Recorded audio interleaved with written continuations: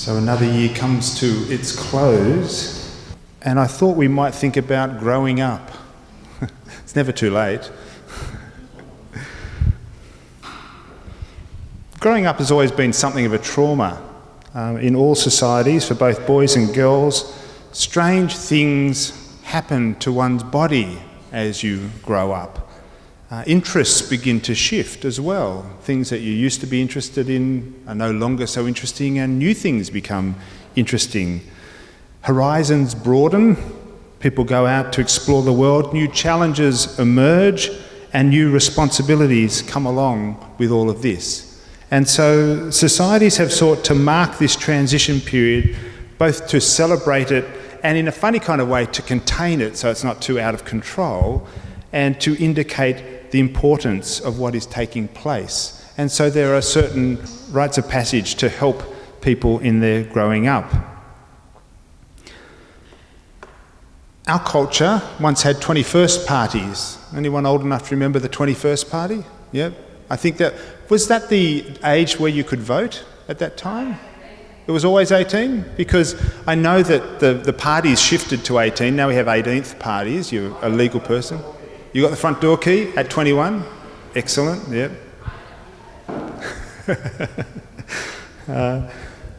Now the best our culture appears to offer in this particular society is Schoolies Week at the end of the HSC. Off you go and have a big party for a week or so after you've done all your hard work studying. Of course, the church still offers baptism and confirmation. They're rites of passage, and if you're baptised as an infant, when you're about 12 or 13, you might be confirmed, or indeed as an adult. When I was 12, I had a bar mitzvah, and it's the kind of Hebrew equivalent. That means that I spent several months learning a portion of Torah in Hebrew. I can still recite parts of it, although it's hard to remember the whole thing. And several of the key prayers that were sung in Hebrew I had to learn as well. And then I led part of the Sabbath day service. It was mildly terrifying, but there were rich rewards, a big party afterwards and lots of gifts. So it was all worth it in that sense.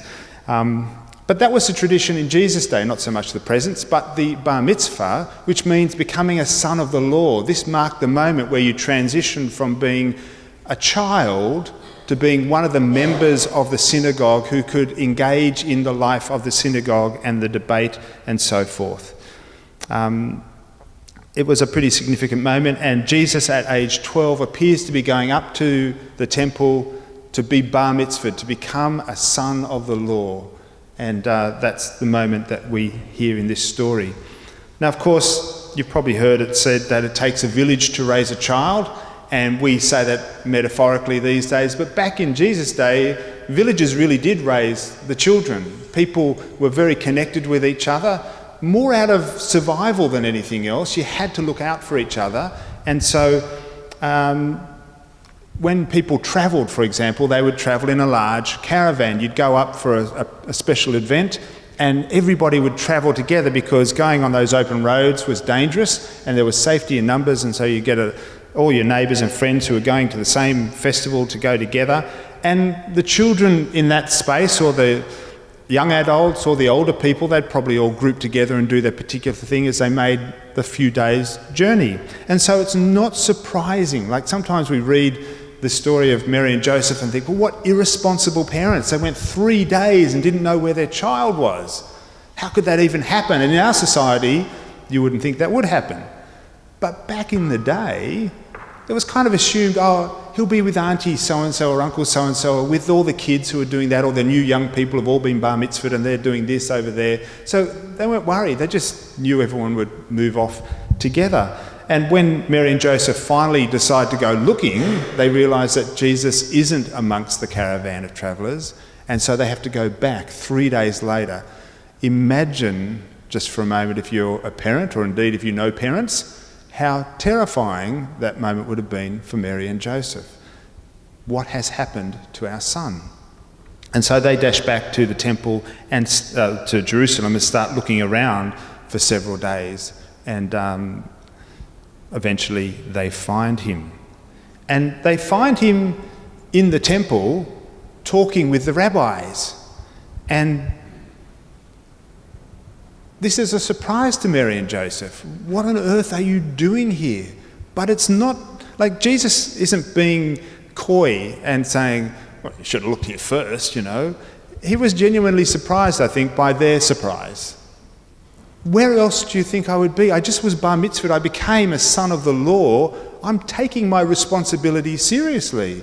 I want to find out about this stuff. I want to ask my questions and offer my input and engage. And so it was a perfectly natural thing for Jesus to be found in the temple. He wanted to do the work of being the son of the law. And this is a really interesting thing about Judaism, in a way, which I think is a bit different to the way we've often experienced Christianity, because becoming the son of the law, joining that level of engagement with your faith, was actually permission to ask questions. That's how it worked back then. If you read the text, sitting in the midst of the teachers, both listening to them and asking them questions. And you could ask your questions and there would be a range of answers. There wasn't a monolithic response. There would be different rabbis. Rabbi this would say that, and Rabbi this one would say the other thing, and there'd be a discussion amongst the people, and you'd engage with all the stuff. And there's also a comment that the rabbis were amazed at Jesus' answers. So he was both asking questions and giving input and really engaging deeply with that process. And you might have heard of a guy named Socrates, pretty old, about 300 or 400 years before Jesus. And he pioneered the idea of education as a process of asking appropriate questions and exploring things by asking the next question, and what question does that beg, and asking that question and finding things out. It's a very effective way of learning. Understanding was not simply about regurgitating what somebody had told you. So there wasn't a list of things to know and you learnt those and you regurgitated them, like sometimes education can seem to be at times here. Understanding was about pushing out and exploring what was not yet clear and seeking to clarify it. Socrates was an inquirer. This is how he learnt. And the invitation was not to be right, but to enter into the wrestling with the facts and the truth and so forth, to come into that tussle and work out where the issues were and so forth. There's an old joke about two old rabbis. I hope you'll find this interesting. It'll be a bit of a test case here. There's two old rabbis, and they've been arguing about a particular text for years and years and years.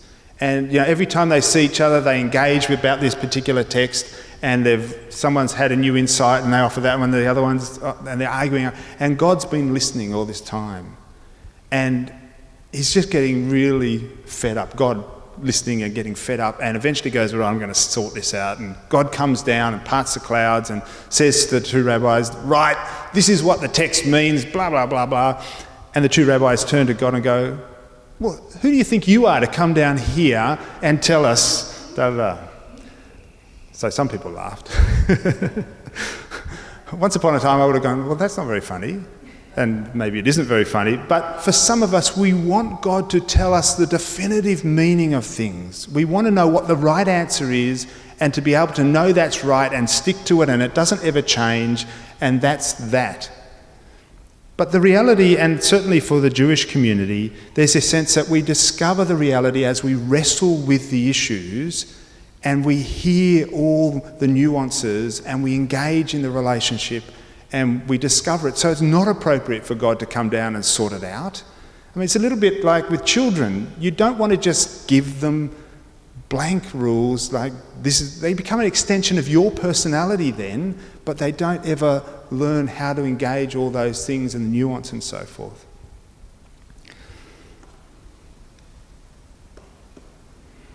There's another little story I want to tell you.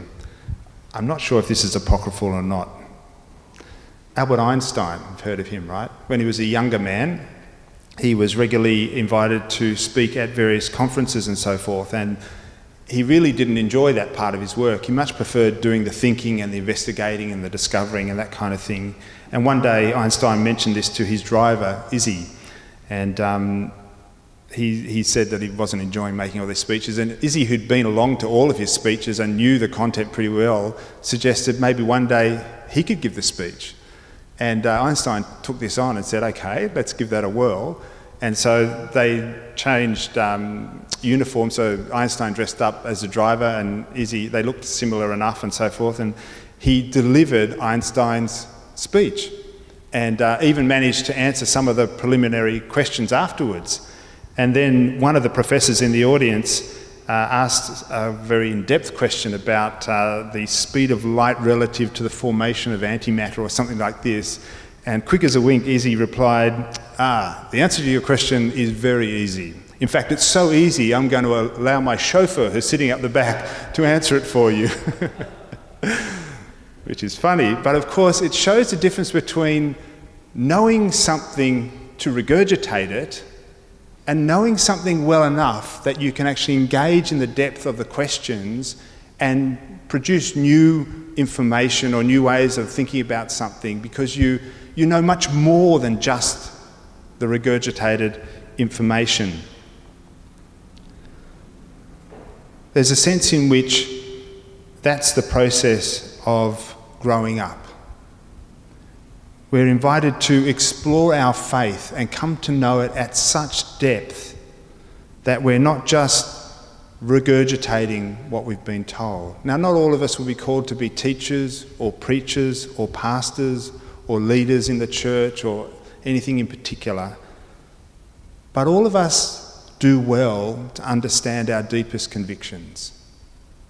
That helps us to become people who know what we can stand for and will stand for, and indeed, should it ever come to that, know what we will die for, because these things are that important. And growing up is about understanding things to such a depth that you take on responsibility for them, and you have the ability to respond in a range of situations appropriately. This equips us. Rather than relying on the crowd, because the crowd will go in one way and that's very persuasive, and if everyone's doing one thing, unless you have a conviction otherwise, you're probably going to go with the crowd. Or you could adopt a party line. Maybe it's not the crowd, but you've got a particular party line. Maybe you're one of those kinds of Christians or those kind of theologians or whatever it might be. Or maybe you get tossed around by different ideas. Well, the wind's blowing this way today, but it's going to blow that way tomorrow, and you just go with it. Paul encourages us to work out our salvation with fear and trembling in Philippians, and that means not only living what we believe, but working out what it is we believe at depth. And this is what I perceive Jesus to be doing in the temple. He's going in there to wrestle with these things. He's a young man. What does it all mean? What does it mean in my day? And how do I respond? For Jesus, it's the most obvious and natural thing for him to be doing after his bar mitzvah. He's now a son of the law. So I think it's really important to notice that Jesus doesn't take shortcuts. He grew up as a young man and went through the processes of young men of his day. He did so earnestly. It wasn't frivolous or just going through the motions. He was genuinely engaged. He didn't become the parrot of his teachers, just regurgitating what he'd been taught. He didn't join a major party and conform to that party line. He engaged with the stories of his faith tradition, and he sought to understand what they might mean for him in his time, in his earthly life. And this little story offers a rare glimpse into that reality of that process. It didn't go smoothly. It's also good to note that it didn't go smoothly.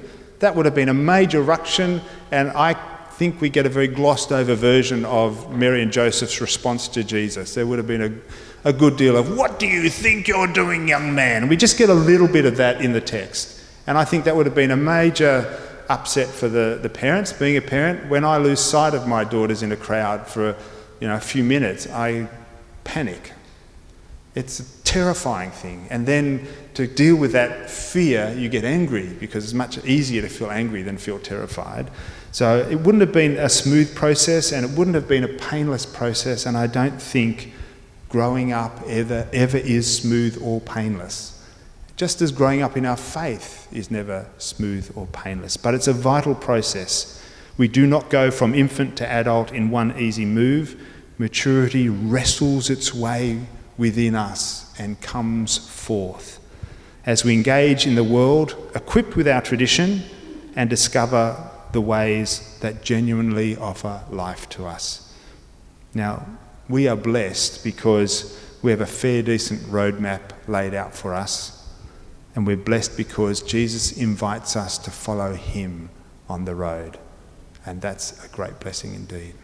Let's pray. Lord, we thank you that you have engaged life much in the way that we engage life. And so you show us a way to do that brings life. Thank you for calling us, and thank you for the stories in the Gospels that give us the kind of information we need to understand what is most important in life. And we pray that as we continue to grow up, as we continue to wrestle, you will clarify our convictions and enable us to stand with you to the glory of your name.